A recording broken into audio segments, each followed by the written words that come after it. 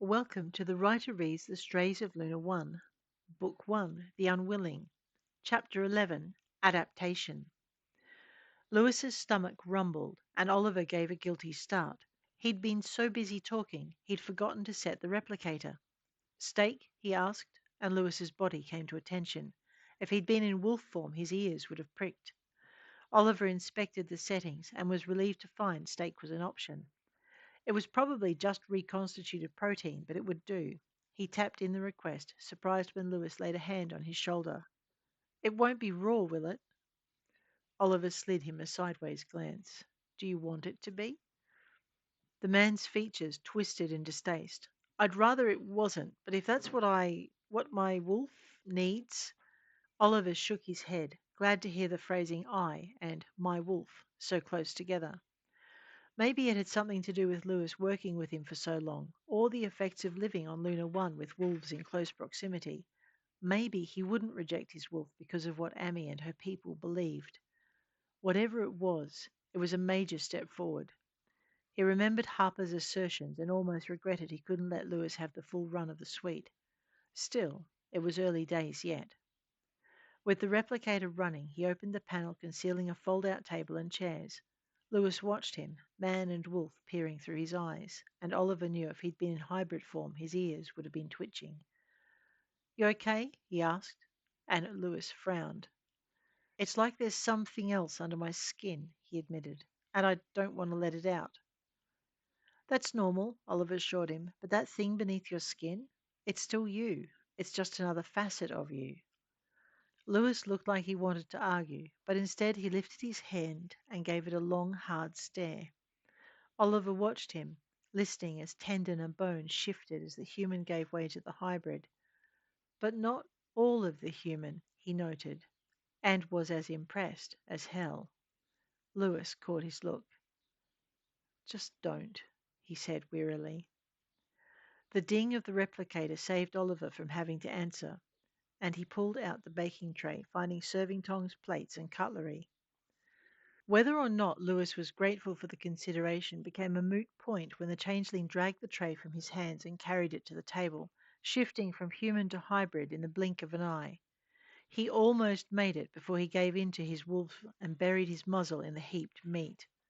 Oliver stifled a chuckle, reset the replicator, and carried the cutlery and crockery over to the table. Lewis snarled as he approached, and Oliver raised an eyebrow. Like that, was it? He set his load on the table and snarled back, and Lewis came out of his seat. Oliver cocked an eyebrow and picked up a plate and fork and stabbed one of the steaks on the tray. Lewis rumbled louder. Don't give me that, Oliver told him. You know there's enough for us to share. He lifted the steak, and that was it. Lewis launched himself over the table. Oliver ducked, letting the angry changeling pass through the space he'd been as he set his plate and cutlery on the chair and backed into the center of the room. Honestly, this was the most tiresome part of getting someone through the early stages. As human as they were, a changeling's wolf was strongest when it came to three things: territory, dominance, and food. Lewis hadn't gotten to territory yet, and given how close his human was to the surface, he might not. But food? Oliver watched as his friend landed and came about. Seeing Oliver nowhere near the food, Lewis made his way back to the table. Oliver chuckled. Food and dominance came interlinked. He should have taken the baking dish with him. He glanced at the replicator and saw it was almost done, and then glanced back to Lewis, just in time to see the man lift the steak from his plate. Seeing he had Oliver's attention, Lewis hefted the steak and dropped it into his mouth. The sheer defiance of it made Oliver want to laugh. Instead, seeing it for the dominance challenge it was, he bounded forward with a roar. Some things had to be taught early and hard, and it didn't matter how much Lewis was a friend, their relationship needed recalibration. Lewis's eyes widened with alarm and he bolted, Oliver in hot pursuit. Drop it, Oliver ordered, and Lewis put on a spurt of speed. Oliver changed course and cut the corner his friend was going to have to take. Leaping forward, he slammed into the changeling's side, knocking him from his feet and pinning him to the floor. Drop it, he growled, and Lewis eyed him, his jaws clamped firmly around the stolen steak. Oliver shook him and rumbled again. Lewis narrowed his eyes and carefully spat the steak out. Oliver kept him pinned and picked up the steak with his claws. This was where he showed both dominance and reassured the changeling of his place in the pack.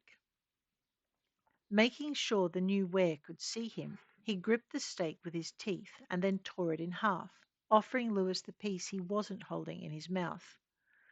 Lewis shifted, and Oliver growled. The new were stilled, and then whimpered questioningly. Oliver lowered the half steak close to his friend's muzzle and hefted it, inviting him to take it. After another querying whimper, Lewis nipped it gently from his fingers, and Oliver let him go. Straightening up, he stepped back. Eat, he ordered. You have my permission. Lewis shifted onto his rump and took the steak between his hands, becoming abruptly human as he took a bite. You know this is disgusting, right? Oliver chuckled. It came mostly out of your mouth, he reminded him. But it just takes time for your wolf to understand he's with pack and friends and that his alpha won't let him starve. Alpha? Lewis gave him a mocking look. Since when? Oliver cocked his head, and I thought we'd come to the easy part. It's not something I've adopted, he said, but I'm a dominant. Yes, dominant enough to be an alpha. I just haven't wanted to be one. And you do now? Lewis asked. Because it's me. His form wavered in outrage, and Oliver hastened to explain. I have to, because it is you. Do you know what happens to a new were if they don't have an alpha? Or a pack? Lewis's face closed. I had a pack, he snapped. Was about to start one of my own. I'd found my. He stopped. Why don't I feel like she's my mate anymore? Because she isn't here and you don't know you're standing, Oliver explained. It would be different if you were able to see her again. You mean I'd get to see if she was my mate? Lewis asked, and the hurt was back in his voice. Not exactly, Oliver told him, but close. In truth, the reality was much more complex, having more to do with the female's alignment of interest, her scent, and the depth of her feeling for the wolf. But explaining that was beyond him at the moment. If he started, he'd have to give Lewis all the reasons he didn't think Amy would have been his mate, and the man had lost enough. He gestured toward the table. Shall we? Lewis's form rippled, but he kept his humanity by sheer dint of will. You going to steal my steak again? Oliver raised his half steak and deliberately tore a mouthful off. Lewis's eyes widened, and he didn't quite manage to suppress the growl that rumbled out of him. Oliver took another bite and grinned. Yep, you got to learn to trust your alpha and share your food with the pack. Lewis's eyes glittered. As long as it works to your advantage, huh? Oliver took another bite and chewed, and then he finished the steak off. The alpha works to protect the pack and to provide for it. In return, the pack obeys the alpha in all things and holds back nothing he demands. Lewis stopped short. That's archaic. Oliver continued to the table and picked his plate off the seat. I never said wolves were enlightened, but this is what works for us, and you need to understand that. Lewis slipped him a sly glance. I'm not used to being a kept man, he said, his words startling Oliver into laughter. Don't even go there, Oliver told him. From what I can tell, you're never going to be a kept man, not as my beater. Beater? Lewis's voice quirked with interest. What's that? My second in charge, Oliver told him. That means the pack comes to you with problems before they bother me with it. Uh-huh. Lewis slipped into his seat, and Oliver set his plate and cutlery on the table. Let's try this again, he said, lifting the plate and the fork. You're going to let me have a steak. I'm, Lewis began, then startled himself by growling at Oliver as his alpha reached for the baking dish. He held up a hand. Give me a minute. Oliver stopped, curious to see how Lewis was going to handle this side of his wolf. To his surprise, the changeling held out his hand. "Give me a plate," he ordered, and Oliver had to grab his wolf as it bristled, had to remind himself he was human too. He handed over the plate, stiffening as Lewis selected a steak and dug his fork into it.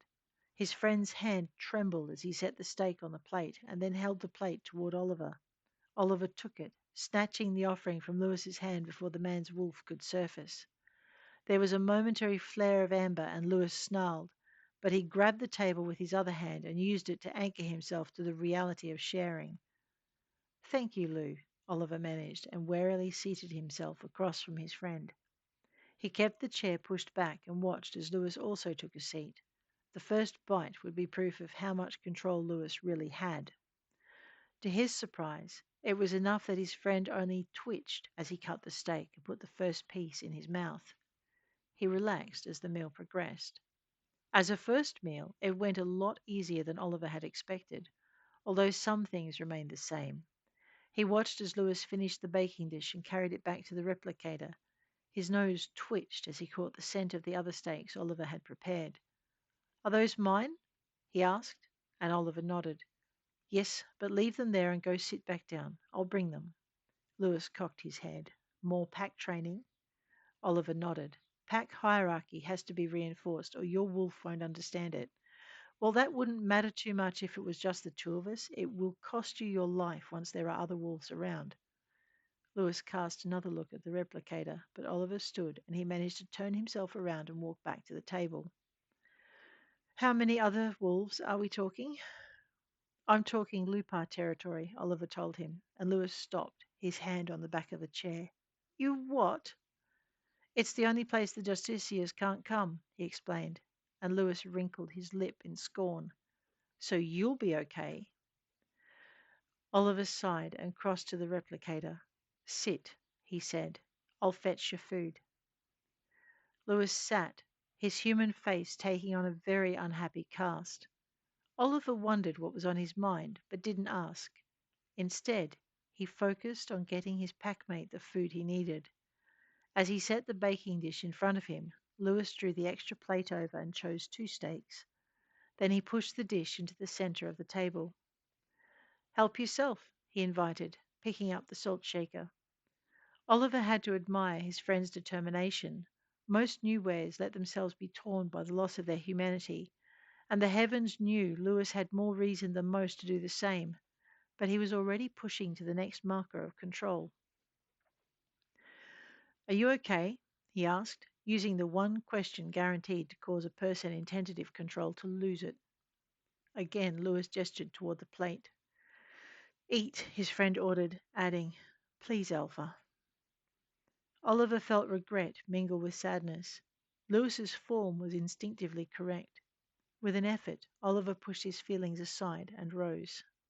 "Thank you. I accept your offering," he replied, selecting a single steak and then reseating himself. Neither of them spoke until they had cleared their plates. As Lewis refilled his plate, he dropped a single steak on Oliver's, and Oliver slowly relaxed. Lewis was transitioning faster than anyone he'd ever shepherded before. It made him wonder what was about to go wrong. By the time Lewis had finished the last of the steaks, his eyes were starting to droop, and Oliver stood and opened up the sleeping compartment. "Here is where you sleep," he said, and Lewis rose unsteadily from the table. "What is wrong with me?" he asked, glancing back at the baking dish. "I never eat that much." "Your body's adapting," Oliver told him. "You'll slow down in a couple of days." "And will I stop wanting to rip your throat out every time we share a meal?" Lewis asked. "Oh, gods, I hope so," Oliver replied, "although that isn't guaranteed." "There's still the business of you biting me without my permission," Lewis reminded him. "We're going to revisit that when I'm stable again."